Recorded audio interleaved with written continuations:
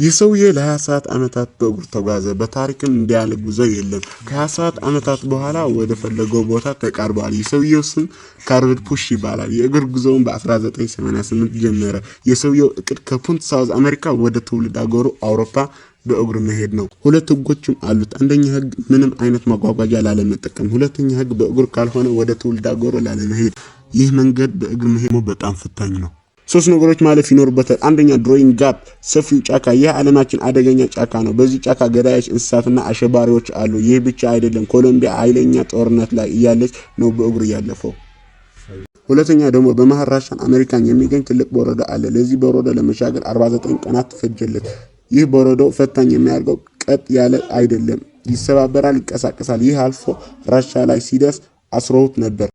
ለ5 አመታት ሊታሰር ተፈርዶበት ነበር። ከዚያም ግን እድለኛ ሆኖ ሳይታሰር ተፈታ።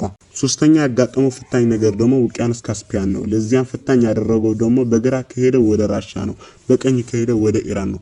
ሁለቱም ሀገሮች ሊያስሩት ይችላሉ እና ያለው አማራጭ በመሃል ውቅያኖስ ካስፒያን ዋኝቶ መውጣት ነው። ለ31 ቀናቶች 300 ኪሎ ሜትር የሚሆን ውቅያኖስ ዋኝቶ አለፈ። በዚያም ምክንያት ደግሞ ለመጀመሪያ ጊዜ ውቅያኖስ ካስፒያን ዋኝቶ ያለፈ ሰው ተብሎ ተመዘገበ። አሁን 2025 ዓመተ ምህረት ደግሞ ወደ ሀገሩ ዩሮፕ ደርሷል። ወደ ትውልድ ቦታውን ለመድረስ ግን 1 አመት ይጠብቀዋል። 2026 ወደ አገሩ ይደርሳል ተብሎ ይታሰባል።